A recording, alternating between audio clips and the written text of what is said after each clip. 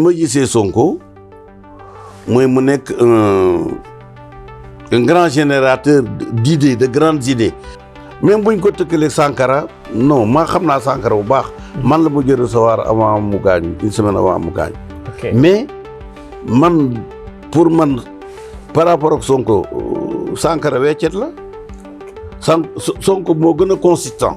Sonko moo ëppal njariñ. moo gën a consistant que Sankara. doonoon na fi ministre d'État doonoon fi tamit ambassadeur itinérant moom Ahmed Khalifa Niass mu dooree carrière am ci wàllu politique ci peggu président Léopold Sédar Senghor ñu ràññee ko tamit niki ñu bokk dugal seen loxo ci lu fes ci taxawaluk parti démocratique sénégalais PDS bu Abdoulaye Wade buñ dee wax tey influenceur Ahmed Khalifa Niass démb la ko doonoon kon bokk une figure influente moo xam ci wàllu politique la ci wàllu diini wala ci wàllu koom Ahmed Khalifa Niass homme politique homme religieux homme d'affaires di ganu standard ci DBC.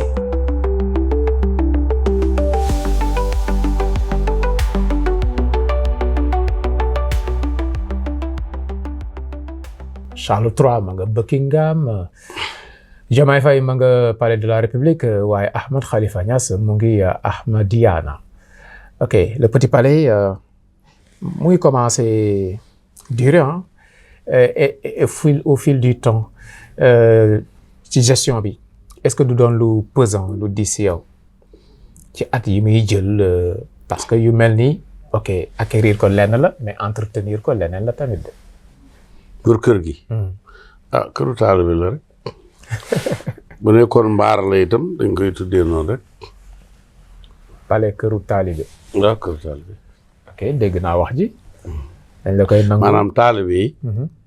jot na pour ñu toxoo ci daara ji dem ci palais bi. waaw comme ñëpp jël nañ seen wàll tubaabisants yi tout ça léegi nag palais bi ñoo war a maanaam daara ji moo war a gérer palais bi. ak réew mi daara ji tam war na am ci lu baax li. non seulement dafa war a gérer palais bi ak réew mi. palais bi ak réew mi. waaw parce que ñu ci ñëpp échoué nañ.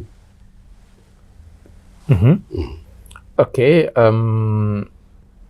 tey yow d'accord kilifa diine bokk Kaolack famille Niassène famille prophétique mais est-ce que daara ji chance am romb ko bu ñu xoolee ñi fi jaar ñëpp Cheikh Ahmed Tidiane Sy Al Maktoum bokkoon na ci ñi ko gën a jege ci benn moment mais est-ce que seen chance rombul. ça dépend rek waaye yonent bi wax na ne sa gëléem réer fee yaa ngi koy wut rek am nga chance pour retrouver ko gëléem gu réer la ñoo ko yoroon. dina dellu si suñuy loxo. ok dina dellu si suñuy loxo. daara ji tey noo gisee daara ji ci taxawaayam ci penc mi. waaw daara ji dañ koo seppiwoon sànni mais léegi mi ngi ci lu ne mi ngi ci lu ne à travers émissions yi rajo yi télévision yi sur le plan médiatique am na présence quartier bu ne daara jaa ngi koy gérer à travers imam à travers oustaz à travers jàngalekati alquran donc lépp a ngi fi daal waaw léegi xëy na soxla nañu rek benn bopp benn kilifa boo xam ne moom la ñu teg ca kaw rek mais lii ci suuf yëpp pare na tout est encadré. ok am loo xamante ni xew na ci Sénégal Coupe d'Afrique des Nations Sénégal gagné ko foofu la ca Maroc ginnaaw bi am ay doomu sénégalais ay supporters yu sénégalais yu toll ci 10 ak juróom-ñett ñu téye leen fa teg leen fa ay daan yu metti 3 weeru kaso atu kaso pour ñenn ñi ñu xëy gis intervention Ahmed Khalifa Niass naka lañ ko mën a déggee ci ban niveau la ci niveau diplomatique la wala dañ laa solliciter wala say link la ak Maroc naka la ñu mën a comprendre intervention Ahmed Khalifa Niass ba ñu ne def na correspondance jëme ko ci buur bu Maroc. waaw mais loolu leeral naa ko xam nga ne naa ko sa baay man maa ko waxoon ne ko na def ay yëf mucc ci benn accident ndax nga mën a nekk buur après moom loolu bind naa ko mi ngi ci kayit ki ma ne ko ba ma loolu amee moo dama joxe ay tur ki ma joxe tey mooy directeur protocole royal il est depuis 30 ans monsieur Limrini ma ne ko moom la oo ne ko yóbbu ko ci prince héritier ma ne ko ma recevoir la booba accident bi am na ba yàlla musal ko ci booba ñu ngi ko tabax mu toog ak tabax bi moom Mohamed VI ma ne ko boo ma ñëwee gis la ñaanal la xam nga naa ko te appris de bénédiction waaye loolu nag comme doxul sa digganteeg roi bi ba ngay ñëw di ko fekk ci ay difficulté di ko ñaanal mënoo ko bind lettre boobu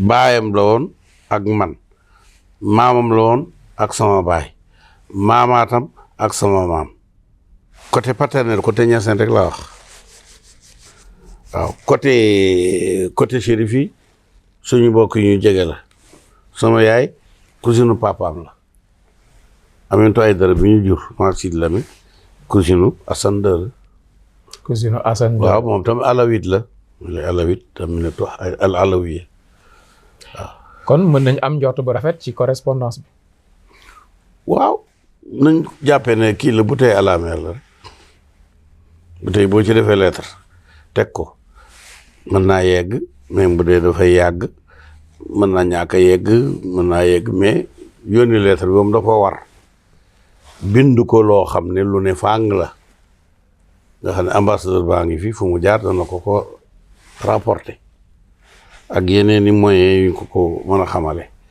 loolu porox ndool la parce que yow mii xamuloo ko mais Marrakech ay sénégalais ñoo ko fondé ñoo créé la ville de Marrakech bi jox Maroc turam tey bind naa ko d'ailleurs mu ngi ci lettre bi les Almoravides sont partis de Saint-Louis d'après Ndarbaga en son temps Ndar donc fa lañ jógee jaar aw de Gauche ñëw fondé la ville de Marrakech Youssouf Ibn Tachfine bi ko fondé fii la juddoo doomu Ndar la donc xam nga kon li ñu boole yàgg na ndax boobu ak léegi mën na junnee at donc ñun ak Maroc ñii lañ mel Assane II ci boobu wax na ma ne yaayam cosaanam Sénégal la Sall la sant yaayam maanaam maamaatam xëy na mais moom loolu enquête na ko ba xam ko jox Sénégalais ay privilèges yoo xam ne may ko beneen réew duñ fay TVA duñ fay lii duñ fay douane duñ fay lii te un Sénégalais mën na dugg tey dans l'armée marocaine mën na nekk fonctionnaire de l'État marocain mën na nekk commerçant lépp loo xam ne c'est réservé aux Marocains mais y compris les Sénégalais loolu nag c'est quelque chose de très profond boo xam ne ay football ak yooyu mënu ko waru ko mën a yàq. waaw loolu ñëpp dëppoo nañ ci mu fekk nag ne sa statut yow doo président Sénégal doo chef de gouvernement doo fonctionnaire doo diplomate d'accord casquette religieuse bi am na solo mais du voix bu officielle. ban crédit la ñuy jox correspondance. kay diine islam dafa officiel. boo ne di mënoo wax ne diine islam ngooñ mi ci mbedd mi la. ci diine islam ci pilier yu mag yi ci la ma yàlla boole tey ndax ba muy dee mooy gone sama baay moo ko nekkoon sama baay ba muy gone baayam moo ko nekkoon donc loo xam ne dañ koo doonante mu demee noonu loolu c'est tout à fait normal diine ji du ñeexum ñebbe lu tax doo gis mukk sëriñ si di ñëw di rang ci buntu palais bi mais nga gis ne Jomaay mooy ñëw Kaolack Ousmane Sonko mooy ñëw Kaolack mooy dem Touba mooy dem Tivaouane mooy dem Ndiassane mooy dem Thiénaba mooy dem feneen donc loolu mënta nekk ñeexu ñebbe boo nekkee kilifa ci wàllu googu kilifa dëgg nga si ko dañ laa xam ndax boo toogee saal bi da ngay gis ne amul benn chef d'état ci àddina bu dul ne jokkalante nag moom ay loxo ñëw na fii wala ma dem fa wala mu am ndox suñu diggante loolu nag ma toogee ba nekk sama juróom ñetti fukki at lépp loo xam ne bu ma ko defee lu demee nii lu ma war a def la kenn du mënal tax nga def ko mais doon na gën a am doole bu dee ànd nga ci ak les titulaires du pouvoir. déedéet ñoom doxalañ seen bos dafa échoué xam nga Sonko dem na fa kii itam ñàkkul Diomaye kii na fa am na loo xam ne ñun ñoo leen ko dàq mais dañ leen koy mottalee duñ leen concurrencer mais danañ créer benn complémentarité entre wax ji may wax ak wax ji ñuy wax ñoom parce que li ma wax roi bi ñoom mënuñ ko wax sa bàyyee ma yebal ci yow nga nekk ko jagati ma ñëw ba ma ñëwee jox naa la léemaay léemu naa la léemu boo xam ne jot nga ci xam nga j'ai béni le roi du Maroc du ko mu neex nga wax ko waaye bu amul aussi mënoo ko wax le fait que mu amoon il y a longtemps moo tax tey mu mën a am boobu poids. waaw mais li incompréhensible mooy Ahmed Khalifa Niass. déedéet yow yéen ni ngeen di déggee da ngeen am ay yeer. yéen a ngi lépp état bi lépp du état bi. sama kër gi mais sénégalais. waaw dafa ne sénégalais amul di ngeen di wax vous êtes dépassé dégg nga que sama kër gi état bi joxuma ko tabaxaluma ko. meublé wu ma ko ni ma mën a amee sañ-sañ ci def loolu. ci laa amee sañ-sañ ci muy ci initiative boo xam ne ba may Abdou Diouf a ngi fi woon yéen da ngeen di gan ci fi ma ool le pape invité ko ne ko Jean-Paul II ñëwal nga bénir le Sénégal mu ñëw photo yaa ngi nii dama tàggu Abdou Diouf wala Abdou Diouf dafa gis ne moom comme pape bi chef d'état la moom moo ko war a invité déedéet invité naa pape bi fi nekk léegi aussi ne ko na ñëw dégg nga donc loolu sama sañ-sañ la du sañ-sañu état waxuma ko dama laa bind ci turu état j'ai signé Ahmed Khalifa Niass. non loolu dañ la koy nangul. yéen di ngeen di déggee ni lu nekk ci état bi la war a jaar état bi nit ki mën naa dund ba dee te du xam ne état am na del fay say impôt rek loolu rek nga amal état bi li ci yëpp loo neex def. fu la neex dem. waaw mais Sénégal moom moo soxla. ay doomam ñoo nekk ci jafe-jafe Ahmed Khalifa Niass bu Sénégal la bu dee carte la boo xamante ni mën na indi solution mu jege nguur gi quand même moo ëpp doole que mu dem en solo. sëriñ bi nguur gi dem na su fekkee woon ne ba Sonko demee daf leen a jël indi leen xam nga kon man lu may bindee leetar. ok mais Sonko dem na il a parlé avec le chef du gouvernement marocain Akhnouch wax na ak Akhnouch demul Diomaye li mën a def na ko demul nous on vient en complémentarité c'est tout. ñun on est comme la peinture on la pose sur des murs. amul benn relent politique sa acte bi nga posé. addina amul dara lu politique même ndogu bi nga ndogu sax politique la politique mooy rek doxalin amul leneen yow xëy na baatu politique. fu mu jógee ci grec jaare fa ba ñëw ci français moo lay jaaxal mais amul dara lu nekkul politique. ci tëgginu laaj bi neneen lan nga ciy xaar. man man li ma amal solo mooy def naa li ma war bu aboutiree def naa li ma war bu aboutirul def naa li ma war loolu rek la man li ma war mooy bu njëlee suñuy doom téye leen tëj leen te loolu c'est des raisons politiques moo tax ñu def ko ñoom fi mu ne ñi ñu tëj foofu c'est des détenus politiques parce que les raisons pour lesquelles ñu rapproché leen sont politiques. Algériens ils ont fait pire tax jàpp ñu di Algériens y avait des milliers d'Algériens def nañ fa la leen neex Tunisiens yi même chose Égyptiens yi même chose donc y a même à la limite y a un côté raciste. tonto gum nañ la wala. Maroc tontu na déedéet lettre bi lettre ouverte la démb la génn.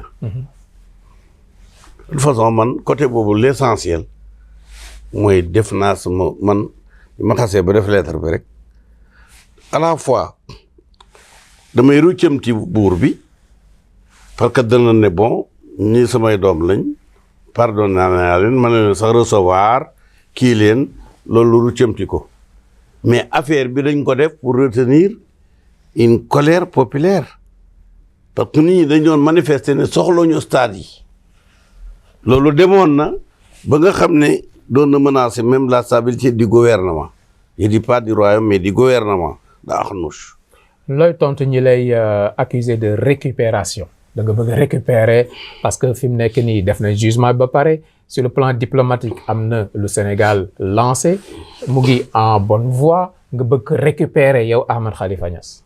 non à 80 ans on ne cherche à rien récupérer parce que stade âge yi jiitu loolu mën na nekk mais boo xasee ba am 80 ans yi utoo alal utoo bayre utoo xaalis utoo ñu xam la utoo ci tous looy récupérer pour monnaie ko yow soxla pour monnaie dara yow fii ne da ngay distribuer da ngay joxe am leen xaalis am leen xam-xam am leen xalaat am leen nangam mais man li may def nii bu soo waajur nekkoon loolu lay def. Ahmed Khalifa Niass ci DBC ci Standard bon ci salon bi seetlu naa fi ay photo gis naa fi yow ak Abdou Diouf c'est normal yow ak Sarkozy ouais mais c'est un peu bizarre gisuma fi yow ak Macky Sall yow ak Abdoulaye Wade wala dañoo nekk feneen. non mi ngi fi bu Abdoulaye Wade mi ngi woon fii léegi seen naaw ba nga nële. waaw ma nga ne mi ngi waaw boobu waaw. ok waaw. yaa ba ak Abdoulaye Wade ñoo dend ci suuf ci amba foofu. d'accord et sa relation tout le temps ak palais bi ñu si bari dañ lay comparer tey ak ki nga xamante ni mooy Bourgi moom mi nga xamante ni tout le temps Robert Bourgi da daan jege palais dafa dugg di génn ni ko soobee yow bu weesoo Kaolack cérémonie religieuse yi contact gisatuñ ko yow ak ñi nga xamante ni ñoo ngànk nguur gi tey ba tax sax moom tey mu ngi fëgg fu ne pour jege leen. naqarlu na li nga xamante ni mooy distance bi nekk diggante moom ak président ak premier ministre. ba tey mu ngi sakke sax Macky Sall pour neexal leen yow sa relation ak tey ñi nekk ci nguur gi. xam nga déjà Sonko ñëw na fi ñëw bu xumb. ñëw na fi aussi ñëw bu xumbul. ngar yëpp ñëw na fi. bu ñu médiatiser ak bu ñu médiatiser. voilà mais loolu avant mu ne ci nguur gi la mu nekkee ci nguur gi ñëw na Kaolack fekk ma fa sama kër. ñu recevoir ko man ak sama famille ñu wax ak moom d'ailleurs loolu mu ngi seen archive yi Diomaye même chose mais ñoom presque su mooy moromi sët lañ am na sët yoo xam ne jege nañ ñoom ay at. waaw parce que am naa surtout fanweeri at donc foofu lañ toll mais utuma ci ñoom dara te waruma ut ci ñoom dara sax parce que kuy ut ba 80 ans amoo sooy nga dootoo am comme yàlla def na bi ma àggee ci at yi ma yàlla may léegi laa jógee sama docteur mu doon ma seet nga war a def nii def naa ma ne ko duma ci def tous mu ne lu tax ma ne ko benn docteur xamul noo xam ne boo ko dee da nga am 80 ans te ñu jaar na ci ba am 80 ni ma def ba am 80 nii laa noonu laay def ba may dee mais du ma déglu docteur ci dara seetal ma rek nangam ñu jóg dem donc ñun li ñuy def ndono la aussi. parce que boo ne Ahmed ne Khalifa te Khalifa Niass mooy premier khalife général au Sénégal avant que Tivaouane di ko am avant que Touba di ko am waaw donc loolu boo ko doon ne ndëgër laay la lu dëgër la man nekkuma Bourgi parce que Bourgi ibnu kan kenn xamu ko mais boo ne Ahmed ne Khalifa Niass yaa déjà c'est déjà une adresse. parce que Ahmed Niass yi bëri nañ Ahmed bu Khalifa Niass yeneen am Ahmed a ngi fi lu dëgg li ci def buñ ko xamee loolu ci samay kër yi la maanaam nekkuma ku nekk tekk ba am 80 ans ne man mi ngeen mës a xam ne maa ngi ni man ma am 80 ans pendant les 60 dernières années amul benn at moo xam ne defuma laa une des journaux tey moo ci mujj. Ahmed Khalifa Niass te génnuma sama kër. dawul ci ginnaaw kenn. déedéet. dawul ci ginnaaw dara. déedéet. léegi sa analyse nag Sénégal dañ koy soxla. yàlla bu la teralee jox la juróom-ñett fukk ci ay at. nga dem fu nekk si àdduna bi. nekk sëriñ. fu mel ne Kaolack. yàlla am na lu mu la xamal tamit. boo nee fi mel ni Kaolack. da ngay tuutal Kaolack. te Kaolack c'est le monde. oui spirituellement Kaolack est une capitale de l'univers. amul benn réew ci kaw suuf boo xam ne ku dul wooyu Niass am na fa amul. ba demoon ba les pays nordiques dem Afrique du Sud dem Bangladesh dem Japon dem foo dem ci àddina ñu ne la Niass foo ne fu mel ni Kaolack da ngay jël Kaolack di ko dendale ak ay Mbadakhoune ay nangam déedéet Kaolack c'est la capitale mondiale de la spiritualité et de la tijaniya dans le monde entier. Niassène rek ñoo mën a réclamer des centaines de millions. Sénégal 18 millions la ñun ñu mën a ne 50 fois le Sénégal am nañ ko ci ay nit ñoo xam ne Niass moo leen doy kon Niass ñooñu bu ñu nekkee Kaolack boobu dañ ko war a bind avec un triple K door a bind la ca des. waaw xaal ngay waxee fi mu nekk nii de. li ngay waxeewuma aal li may wax lu nekk la bu nekkul ne ma du dëgg. non Niassène moom ñu ngi fépp ci àdduna bi. voilà jeex na ñoom rek nag ñoo nekk fu ne ci àddina bi. am na ñoo xam ne Sénégal rek la leen xamee Sénégal am na ñu am 300,000 taalibe am na ñu am 50,000 taalibe am na sax ñoo xam ne 12 taalibe la ñu am na ñoo xam sax 3 taalibe la ñu am mais Niassène rek ñoo fi am des centaines de millions de taalibe te le Sénégal n'en tient pas compte et c'est malheureux. que le Sénégal n'en tient pas compte. comme indi nga ma foofu laaj bi mooy naka nga mën a expliquer que Niassène ëpp ay taalibe. fu romb frontière du Sénégal que ci biir Sénégal ñu ko mën a déggee. waaw parce que Sénégal la tuuti rek Sénégal la tuuti te Niass rëy. loolu mooy Niass moo ëpp Sénégal. ok léegi laaj bi mooy tey sa regard ci régime bu bees bi daanaka léegi ñu toog fi ñaari at. yu mat sëkk. ñaari at quand même war nañ mën a xayma gam-gamle ñii lan lañ indi ak fan lañ jëm yow sa regard lan nga gis. ñun daal l'islam bi nga xam ne ci la ñu dund ci la ñu nekk moom la ñu waxee ay waxam dañoo wax ne kër guy lakk fay lakk ga moo war a nekk prioritaire que duggal fa ay meubles yu bees ndax boo duggalee ay meubles yu bees mu lakkaale donc jàpp naa ne suñu doom yi fi nekk tey ñi ngi def lu important mooy il y a une chasse à l'homme corrompu c'est indéniable. Actuellement il y a un travail en sourdine ñu koy def demuñ rajo demuñ télévision utul ko wax ñu ngi ci kii bi mën naa citer rek ñaari tur Déthié Fall kii sant Cissé ministre de l'intérieur bu mu tuuti Bamba Cissé ndax mi ngi réglé mbedd yi Sénégal problème yëpp ci mbedd mi la nekk ndax Sénégal li ñu def yëpp ci mbedd mi lañ koy defee déjà ñaar yooyu yaa ngi sentir ne il y a quelque chose qui change da nga yëg ne corruption bi bu nekkoon 100 peut-être que fii ne mi ngi ci 35 mais wàcc na bu métti te loolu boo ko réglé réew mi du dem fenn su fekkee ne lu ñu am lu ñu kalangaatu genn wàll gi ñu sàccaat ko ji nga tali bi xotteeku lañ fa waroon def ba du xotteeku moo dem ci ay poos dem ci ay ngénte di am ci ay céet dem ci ay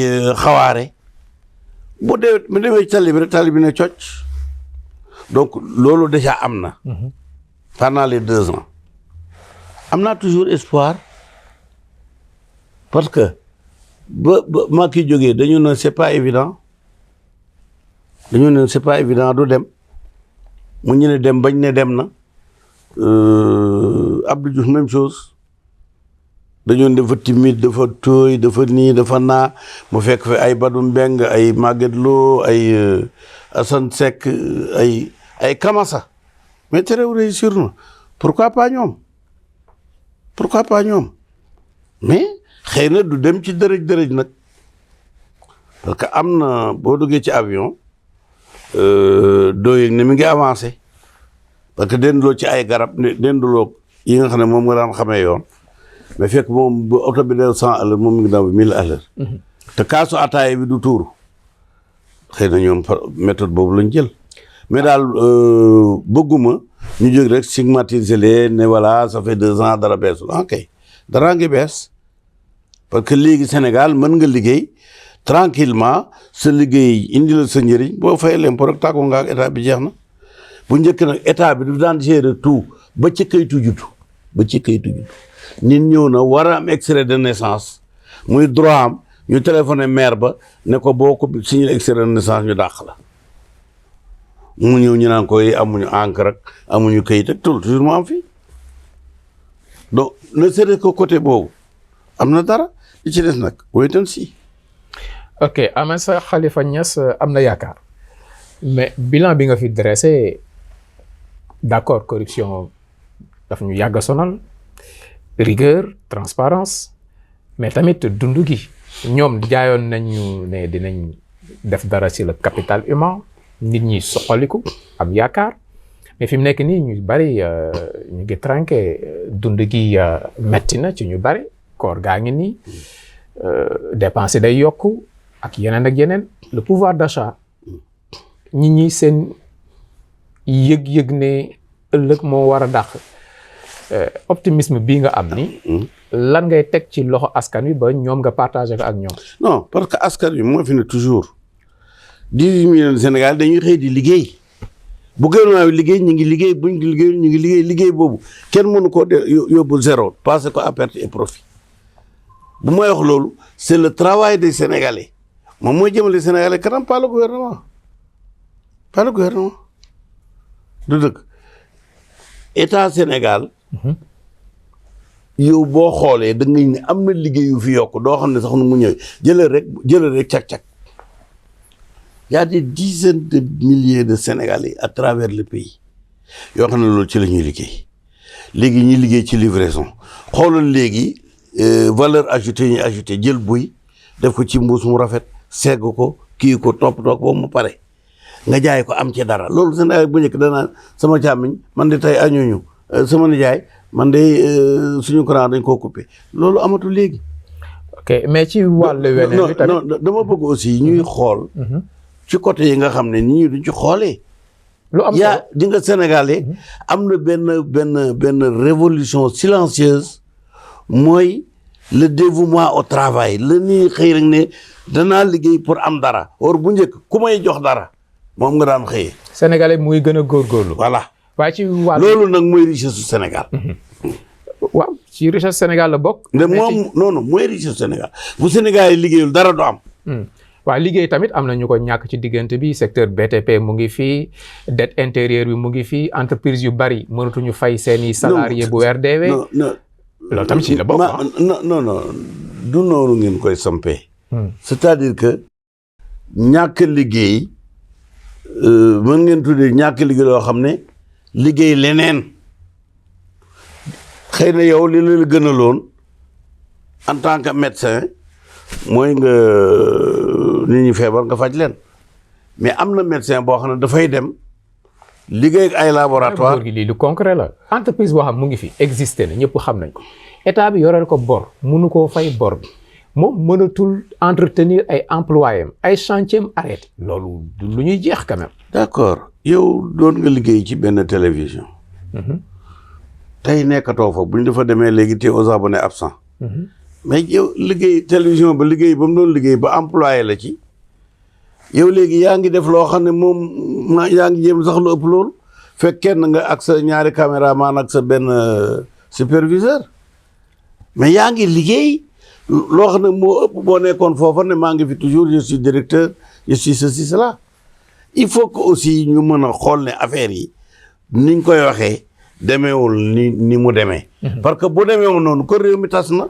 ok ça bouge ci jamono jooju am na ñoo xamante ni sa doom Ousmane Sonko. mën naa ko présenter noonu sa doom. ah loolu la wax de. waaw léegi moo ko wax jaa ngi fii. d'accord sa doom Ousmane Sonko am na ñu bari ñoo xam moom lañ joxoñ baaraam tuuma nee nañ moom moo bloqué réew mi.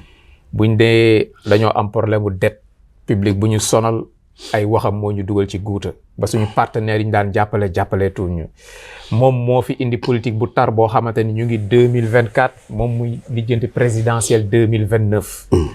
bu Diomaye jaaree nii mu jaar ne moom daal moo bloqué réew mi moo xoj ñëpp. yow d'accord loolu. en tout cas pour man Diomaye mooy Sonko Diomaye mooy daw ba léegi su fekkee ne dama xool ay fait pas bu ma dégloo rumeur bi bërki démb du Diomaye dafa oo Sonko ne ko kaay mayu la Addis Abeba da nga dégg ne dafa bañ dafa dem waaye ba muy dem avion ba ku ci bokk na ci ñi ci ne jabaru Diomaye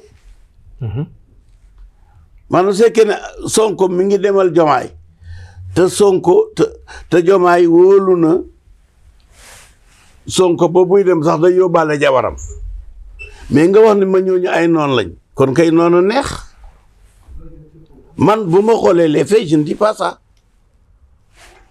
gisuma lu dëggal loolu gisuma ko. Ousmane Sonko en tant que premier ministre. noo gisee. non man dès le début ba dama foog ne Ousmane Sonko dafay toog à l'Assemblée parce que Assemblée moo ko gën a niru moo gën a politique parce que Ousmane Sonko est politique alors que Diomaye est un commis de l'État. un commis de l'État. waaw loolu lu ñuy wax ci anglais yow demoon nga Angleterre civil servant moom. civil servant la. administration daal la. waaw mooy loolu mooy commis de l'État. grand commis petit commis. loolu mais c'est un commis de l'État. bon mais ñoom ñaar ils se complètent je crois qu'ils se complètent parce que su fekkee ne Sonko mi ngi nekk tey 2026 di wax waxu 2029. loolu mooy politique un politique day ne qu'est-ce que ça passe demain li américain di wax next day nangam maanaam li ñuy def next day bu ñu fi xew pare le lendemain qu'est-ce qui va se passer. it's more important. waaw ndem ñun ñi nga xam ne am nañu 80 ans sax ñoo am ay plan 2029 dans 3 ans waxuma laak ñi nga xam ne ay xale lañ c'est tout à fait normal. loolu mais tontu woo ma de. waaw. est-ce que Ousmane Sonko est un bon premier ministre. il aurait pu être un meilleur président de l'Assemblée pour man sax même dans l'avenir yàlla xam looy avenir mais Sonko serait un meilleur président du Parlement que même un président de la République. Président de la République, ça ne lui va pas. C'est pas le genre de personne bi nga xam ne aura au président de la République ak ay garde ak ay palais ak yooyu daf koy gêner moom day génne ci biti wax ak nit ñi ci mbedd yi moom dafa bëgg mën a dem taxaw Sandaga mën a dem Tilène mën a dem marché ngelaw xool affaire yi même demain 2029 mu nekk président parlement moo gën ci moom ak Sénégal que mu nekk président de la République. loolu de du neex partisan bi sa analyse bi. non man damay analyser waxuma lu neex lu naqari. li ma gisin la jàppal ne sax c'est une vision chimérique mais c'est une vision quand même. ñu nangul la ko bu baax. waaw kay. imagine-toi un président de l'Assemblée nationale de la dimension de Sonko qui gère les débats, qui les oriente, qui les censure, qui les redimensionne. Ce que ça donne parce que yow xam nga ne Angleterre gi nga nekkoon mais parlement bi moo koy doxal. parlement bi mooy lépp. on aurait eu un parlement actif ba nga xam ne parlement boobu dafay dem ba ci frontière am ak exécutif ñu mbëkkante. mais moom choix am leer na li mu choisir moom mooy exécutif bi fa la bëgg a nekk te li nga xamante ne moom la tracé moom mooy dafa juddu pour nekk président de la république ci loolu la nekk. loolu Idrissa Seck waxoon na ko fi loolu nañu ko denc teg ko fi. mais loolu moom lay doxal. loolu du kenn koo waxoon mais moom mu koy doxal. d'accord waaye dama ne. kay Idrissa Seck itam yegg na ci premier ministre quand même. donc c'est pas une chimère loolu yëpp am na fi ñi fi nekk ne foog ñu nekk président Moustapha Niasse waxoon na ko fi Djibo Ka waxoon na ko fi yàlla na ko yàlla yërëm Idrissa Seck te mën nañu compter ñeneen loolu ñu koy wax bari nañ parce que yow boo nekkoon président de la République tey mënoo def dara lu extraordinaire maa ngi ne tey ci kër gi xëy na boo fi jaaree quelques années ñu ne la benn doomam moo fi nekk mais doom jooju mu nekk borom kër gi est-ce que tax na kër gi dox c'est que man ni ma gisee Sonko mooy mu nekk un grand générateur d'idées, de grandes idées, même panafricaines, universelles, yu demee noonu genre Gamal Abdel Nasser, plus proche de nous, Sékou Touré, un peu plus loin, Kwame Nkrumah, Julius Nyerere, ñooñu nga xam ne dem nañ mais ba tey même buñ ko tëkkalee Sankara non maa xam naa Sankara bu baax. man la mujj recevoir avant mu gaañu une semaine avant mu gaañu. mais man pour man par rapport ak Sonko Sankara weccet la Sonko moo gën a consistant. Sonko moo ëppal njariñ. moo gën a consistant que Sankara. ok mais pouvoir exécutif xam nga la chauffeur camion la rek. camion bu rëy na riir mi rëy na fu mu jaar ñu ne camion bi mais dawal koo jafe. paan dafa yomb ci yoon wi. alors que boo nekkee koo xam ne générateur d'idées nga les choses matérielles duñ la freiner. foofu lañ gën a soxlawee Ousmane Sonko. voilà. ok wax ji leer na mais mënuma tànqamlu rek li nga wax ci Diomaye Faye un commis de l'État un administrateur genre. l'État loolu soxla un bon commis de l'État. benn Abdou Diouf la quoi moom. déedéet. noo ko gisee comme président daal lu Diomaye sax mun naa weesu Abdou Diouf. déedéet waay. ah kay gis nga am na yoo xam ne yéen du ngeen seetlu ñun gis nañu Senghor bu daan dem Tambacounda dañ daan jël ay trains spéciaux def ko kenn du paas jox nit ñi xaalis jox leen lekk pour que Senghor ñëw romb ay nit ñaa koy jëf na ko nii rek jeex na moom mooy kan dafay ñëw 100 ans pour ñu trempet dem Ziguinchor dem Tamba ñetti ni taxaw fi mais fekk terewul nit ñi bàyyi seen liggéey dem bu njëkk dañu ne président ngi ñëw bu kenn liggéey léegi nag dañu ne président ngi ñëw mel ne ñëpp liggéey et c'est ça la différence man je crois que c'est le bon commis l'État a besoin d'un bon commis de l'État donc Diomaye est un bon commis de l'État. Un bon président aussi. Ouais, mais président commis de l'État là. Ouais, d'accord non commis de l'État mu ngi au commis de l'État c'est-à-dire celui qui n'est que au service de l'État. yam rek ci fonction boobu en tant que koo xamante ni. d'accord ci administration bi. waaw. mais un président d'un État comme le Sénégal am fu mu jógee nga doon ko dafa am tamit nu ñu lay évaluer bari na fu ñu lay évaluer. foofu la ñuy waxee. par rapport ak Diomaye ok profil bi d'accord. mais au bout de ces 2 années ban président la parmi les présidents qu'on a déjà connus. Je crois que avec le temps l'histoire nous donnera de Diomaye un président qui a redimensionné les présidents africains.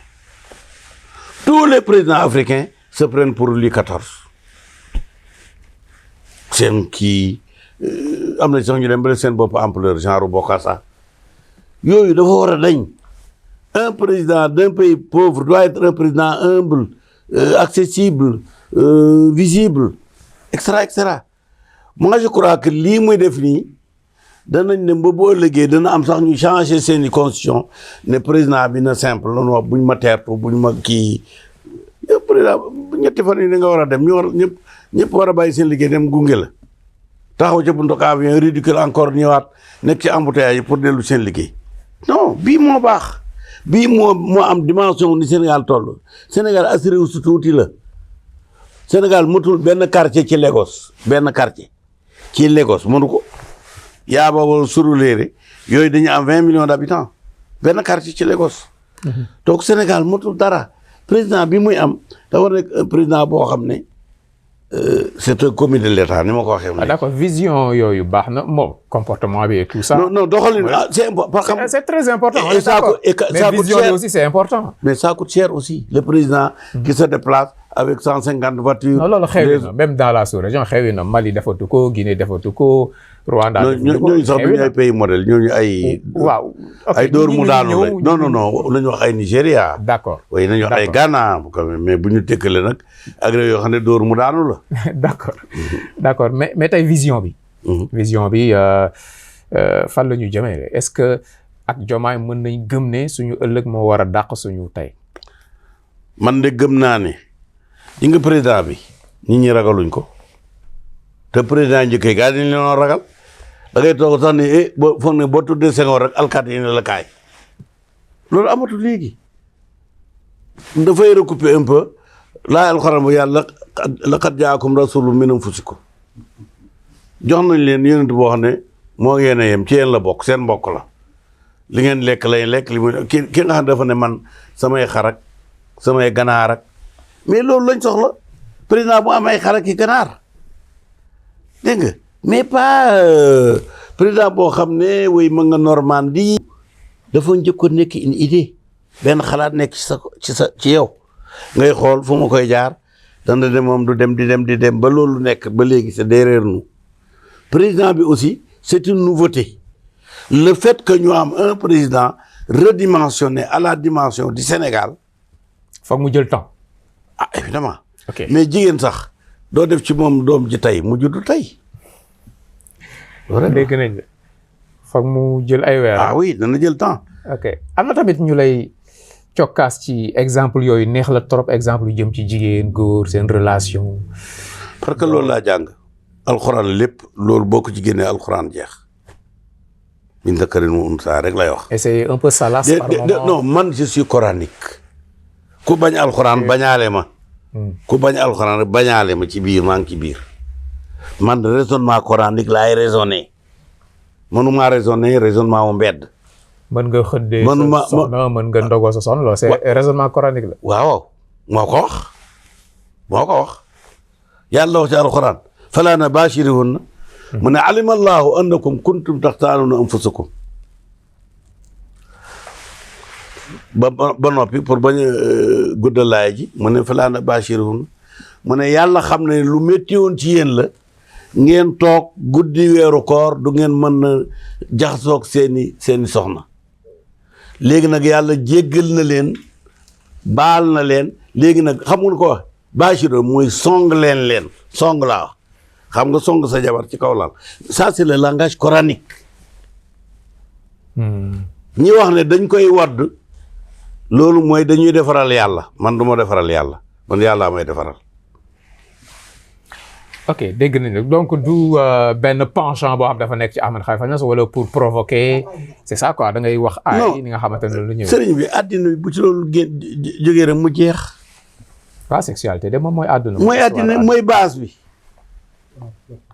mooy base bi lu mu ànd mu dox lu mu àndul du dox.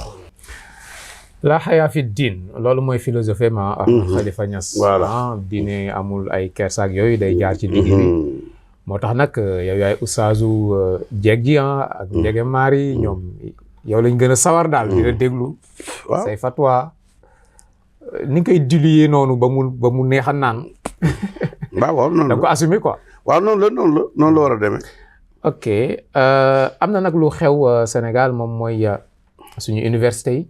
yow université soriwu la xam naa bu fay échauffourée amee xëy na dina sax xaw a difficile si yow nga génn. non problème. ok. xam nga lu tax étudiant faatu. xam nga lu tax kër gi mën nga koo vérifier ci kaw suuf. y a au moins 100 étudiants et étudiantes qui habitent la maison. ok te ñu ci yëpp xawuma leen dañ fi ñëw rek wax ci suuf ñaan pour fu ñuy fanaan nangam ñu leen aywa dañ leen jox lekk jox leen naan am na ñu jàng ba liggéey ba am liggéey ma door leen a xam ñëw présenté wu nekkoon naa fi ay étudiants ak étudiantes.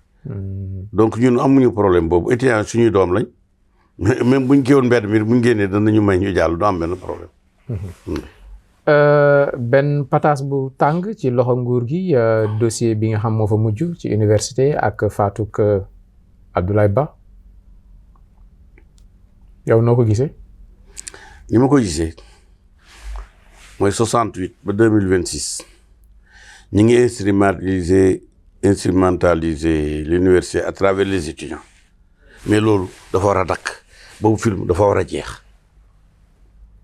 étudiants yi demuñ université pour ñu instrumentaliser dañ fa dem pour am bagage bu njëriñee réew mi ñi nekk ay ingénieur ñi nekk ay médecin ñi nekk ay nangam ak nangam ku ci ne am fu mën a jëriñe boppam jëriñe ñoñam te mooy famille jëriñu réew mi ñu di ko instrumentaliser rek perpétuellement loolu mënta nekk parce que amul ci benn université ci àddina bi il y a des millions d'universités des millions benn université Dakar rek moom mooy le goulot à problème na dakk étudiants yi nañ waxtaanaat seetaat seen bopp créer ci université bi benn structure de dialogue avec les ministères concernés avec le rectorat avec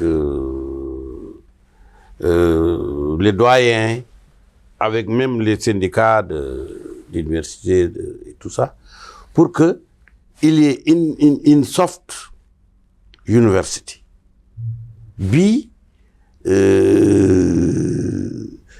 bloody university la blood maanaam université buy nàcc la boo xam ne toujours da nga koy dem mën a takk deret loolu dafa war a jeex dafa war a jeex aussi bien côté politiciens yi bàyyi leen di politique université bi opposition comme état. yow sa parti mosoo am mouvement estudiantin. waaw mais duñ ko instrumentaliser. Instrumentaliser ko affaire bi du question nga am fa mouvement mais le mouvement doit être pacifique et il doit prêcher la paix sociale. d'accord mais tey tamit am na de manière factuelle am na loo xamante ne mën na ci duut baaraam ay bourse yoo xamante ne ñu ngi laaj ay seeni rappel loolu ñoom ñoo ko yëg kenn xabtalu leen ñoom ñoo gis ne ñu ngi laal seeni acquis ñu jóg ñu protester. waaw mais ñi leen koy jox aussi dañoo wax ne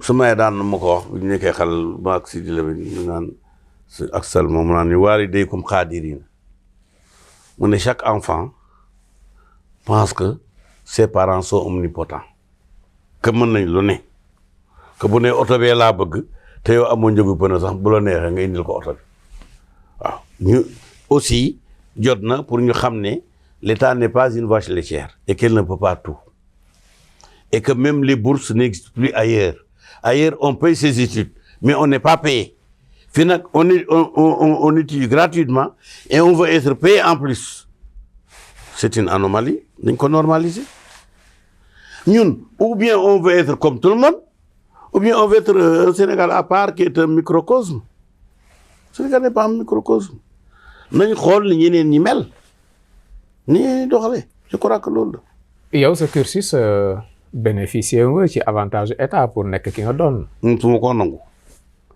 musuma nangoo nekk fonctionnaire musuma nangoo jël bourse.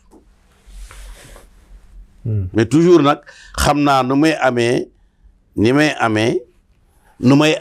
may am ci amin ba ma ko war a amee ndax koo xam ne doo lekk yàpp mbaam doo naan sàngara doo tux doo njaaloo et cetera am na yooyu interdit sa bopp loolu la fa war a continuer dans toute la vie ça doit être vrai pour l'argent aussi l'argent bien acquis jamais l'argent tout court non. La femme oui. Mais la femme licite jamais la femme illicite. ok am na solo. la femme licite. leneen lu lëmbe réew mi sax moom mooy affaire sexualité ba léegi comme ni nga ko waxee sànq moom moo traversé l'histoire de l'humanité des fois lu nekk mu ngi ci biir fii nag ay transgression la ñuy gën a wax. maanaam acte contre nature. Homosexualité, transmission volontaire du VIH, sida actualité bu choqué ñu bari bokk nga ci ñi mu choqué. waaw mais itam moom leen lu ci ne rek dama koy jàngat damay poser sama bopp première question Ameth Niass lii nga gis nii est-ce que lu bees la loo xam ne mi ngi door a xew la réponse est non. Est-ce que am na réew moom amul ci àddina la réponse est non waaw est-ce que li ñu jullit moo tax il y a 2 milliards de musulmans plus 18 millions de Sénégalais les 2 milliards de musulmans est-ce que ni ko yenn Sénégal yi gisee noonu lañ ko gisee la réponse est non.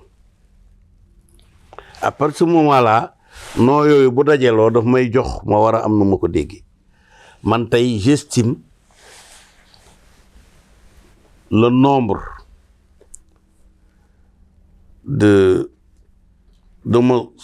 d'homosexuels tout genre confondu maanaam xam nga homosexuel mi commence ci masturbation homosexualité donc entre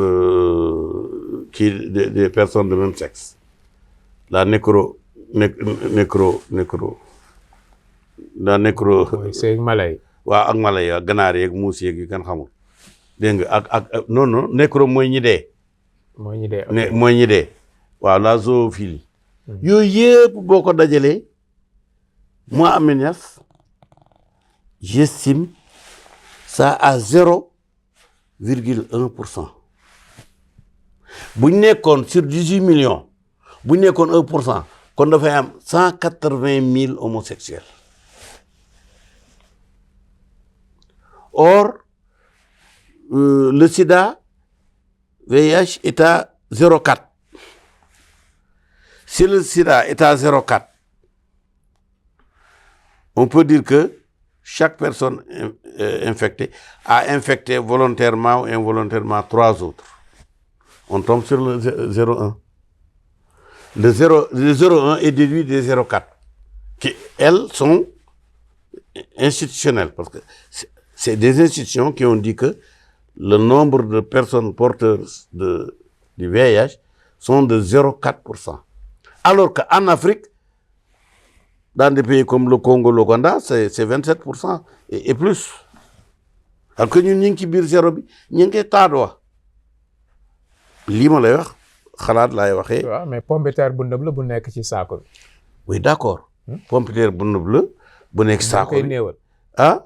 da nga koy déedéet yow sa réaction ci benn pomme de terre bu nëb ci saako bi ak fanweeri pomme de terre yu nëb ci saako bi sa réaction du benn.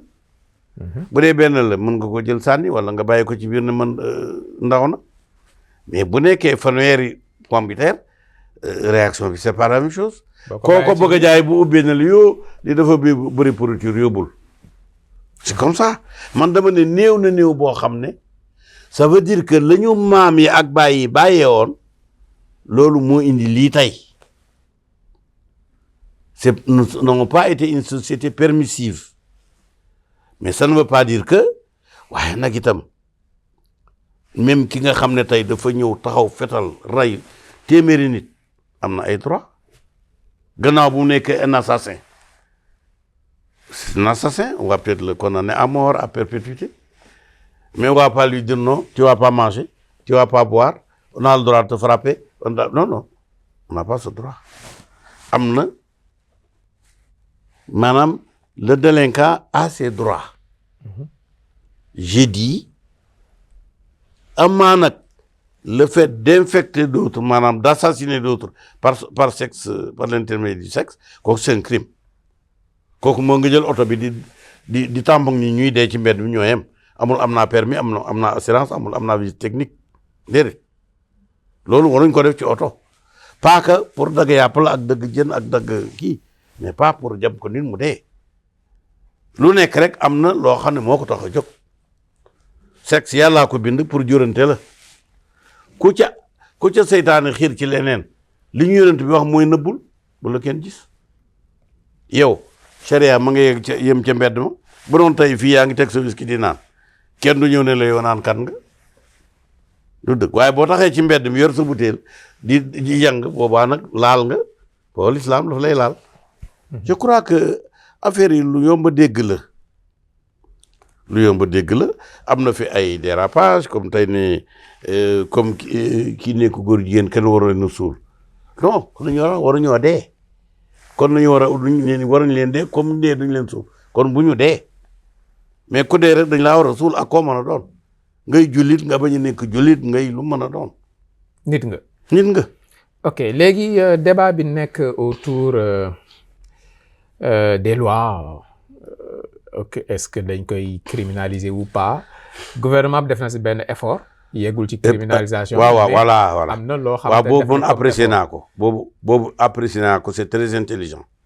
et approuvé naa ko aussi. mais quand même seen promesse. non mais fi ne nii non xam nga du moment que nit ki mën na cee tëdd ba 5 ans te dina am ñoo xam ne rey niñ te duñ tëdd 5 ans vraiment foofu moom baax na.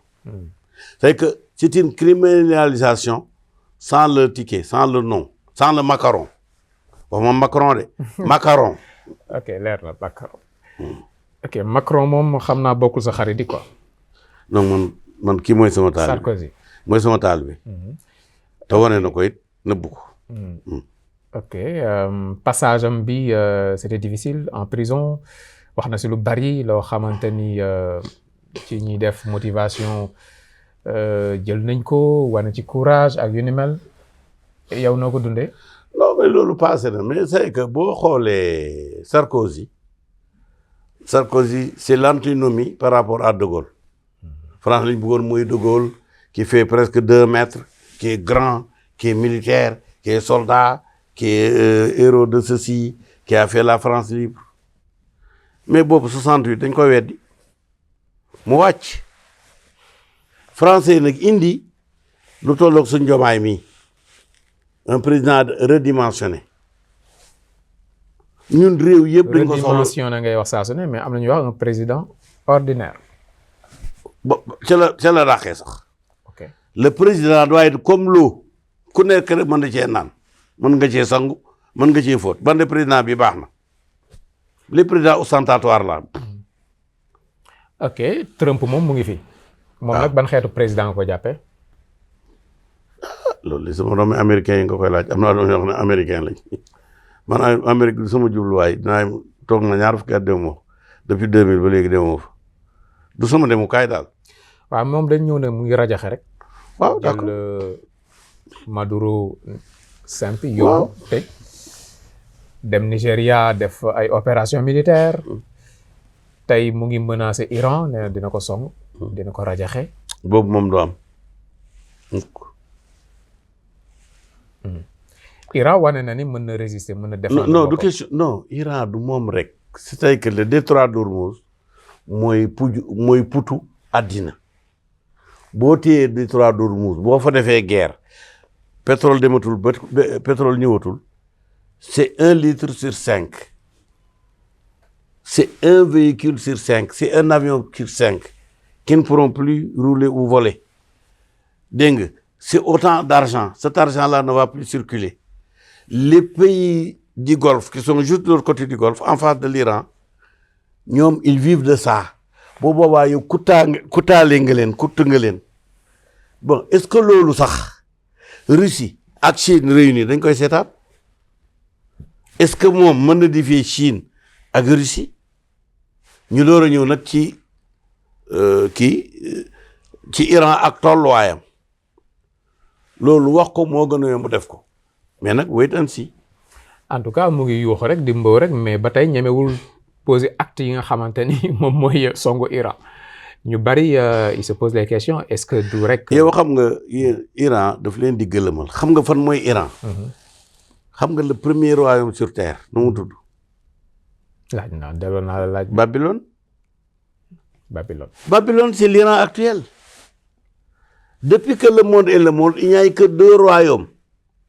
Le royaume de l'Est à un moment donné c'était Babylone la Perse et de l'autre côté à Mésopotamie la frontière c'est quoi? C'était Byzance, c'est l'Empire romain oriental, c'est l'Occident.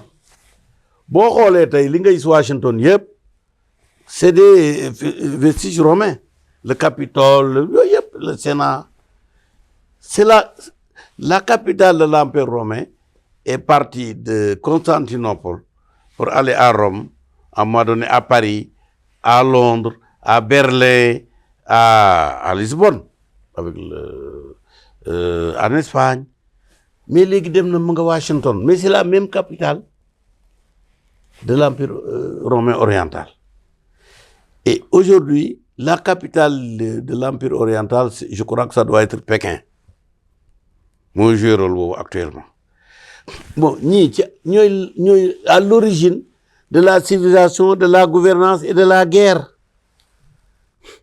bul fàtte ne ba ñuy xeex ak